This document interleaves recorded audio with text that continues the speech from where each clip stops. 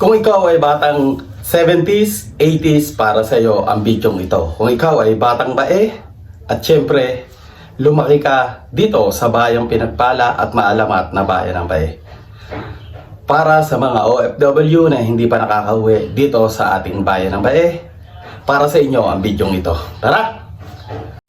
Isang mapagpalang umaga sa inyong lahat. Tara at samahan natin mulit-muli na naman maglalaboy si Boknoy Palaboy TV dito sa bayang malamat at pinagpala ang bayan ng Bae. Kung ikaw ay batang 70 at batang 80s, tara na at ating pagmasdan ang ating kinalakihang lugar na talaga namang napakaganda at talagang kaaya-aya nating tignan.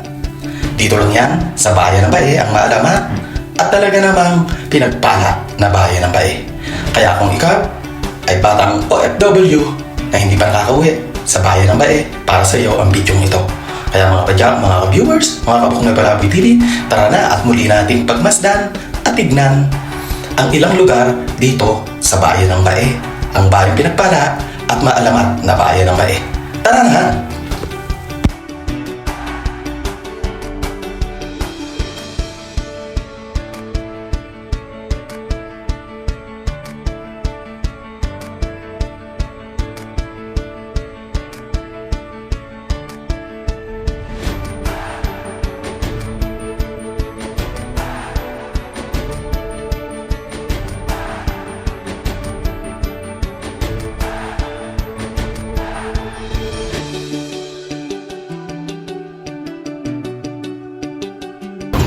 So, ayan guys, ito yung lugar kung saan, ayan, dito may nagtitinda dati ng masarap na banana Q.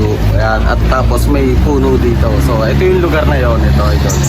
So, ayan, ito yung palengke ng bayan ng Bae. So, ayun.